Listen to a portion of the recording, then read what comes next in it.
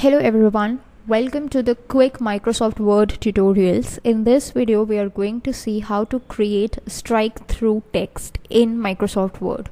So strike through text, as the name suggests, is a piece of text that has a line or a strike throughout it.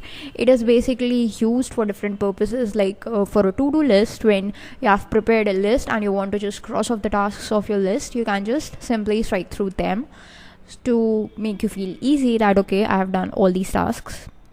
So let's see how do we do that very quickly in Microsoft Word. First of all, we need some piece of text. So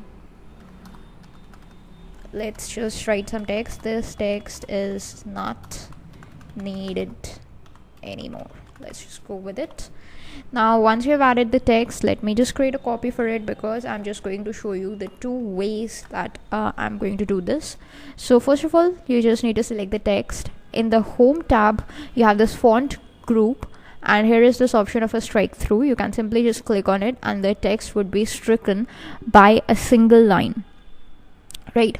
But if you want to change it a little bit, then how do you do that? Is you again go to the home tab, the font group, and there is this kind of a arrow that would bring up the font dialog box, or you can simply use the shortcut Control D, whatever you like.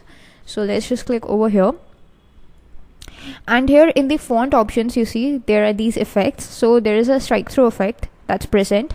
If you just click over it, so you would see a sample. That is how your text will look when it's stricken through. If you want, you can just click on the double strike through, right? So what would happen over here in double strike through is you would be getting two lines all over the text. So that's another way through which you can do that. Then you can click on OK. So what would happen is now this text is struck by two lines. So these are the two ways through which you can strike through a text in Word. That's all for this video. Thanks for watching.